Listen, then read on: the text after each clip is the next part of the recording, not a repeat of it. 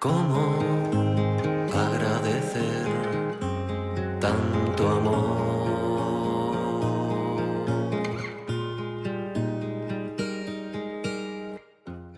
que diste a mi vida, que diste a mi corazón, que está lleno de amor? Raíles es una pieza de danza y música en directo que desarrollé durante la experiencia piloto de la residencia artística del Palacio de San Andrés de Cornellana, en Gijón. Y es una pieza que integra la música clásica, el piano, la viola y la danza, junto con unos textos escritos originales que son los que, digamos, nos hacen un poco de hilo conductor y nos van contando un poquito la dramaturgia, porque al fin y al cabo Raíles es una obra que habla del viaje que hacemos todas las personas a lo largo de nuestra vida.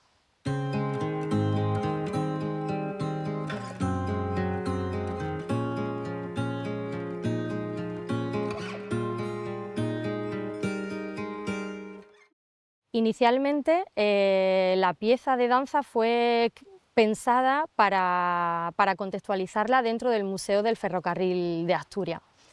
Entonces, bueno, la pieza cuando se hace en el museo, cuando se hizo inicialmente, digamos que se contextualiza dentro de la arquitectura, ya que implicamos también la máquina de vapor y el tren me lleva y yo viajo un poco en ese tren, pero realmente este fue un poco el punto de partida porque después la obra ha evolucionado y tiene su propia dramaturgia y tiene su propio mensaje, donde no es necesario un espacio escénico donde haya un tren, sino que yo realmente llego con una maleta a cualquier espacio escénico en el que se vaya a representar y a partir de ahí poso la maleta y digamos que se inicia el viaje.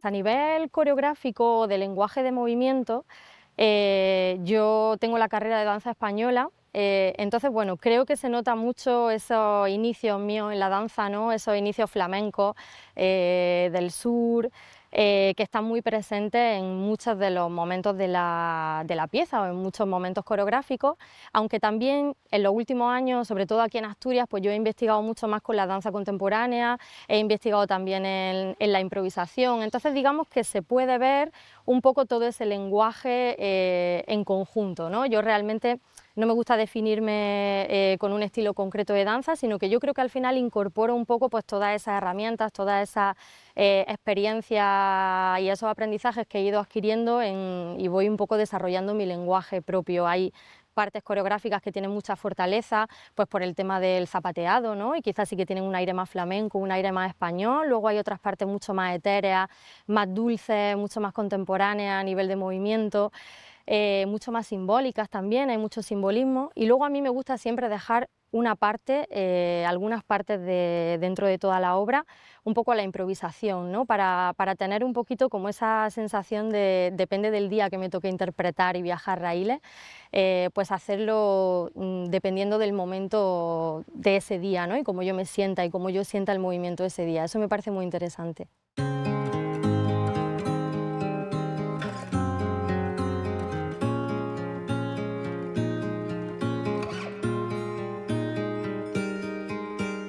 Los textos los escribe mi madre y son una parte fundamental para mí de la obra porque son una fuente de inspiración tremenda, es un poco lo que va enmarcando y haciendo de hilo conductor de las diferentes escenas.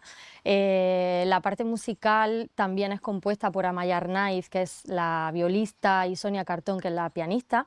Incluso ellas ponen voz a uno de los poemas que compone y que escribe mi madre, entonces creo que está muy integrado, ¿no? Tanto la parte narrativa como la parte musical, que además es muy variada porque encontramos elementos flamencos desde el compás de 12 tiempos a composiciones mucho más etéreas, mucho más delicadas, otras partes con mucha más fuerza, ¿no? De solo de viola y danza y zapateado. Entonces, bueno, creo que hay muchísima variedad, incluso con la versión final de La leyenda del tiempo. Hay como una riqueza musical bastante potente.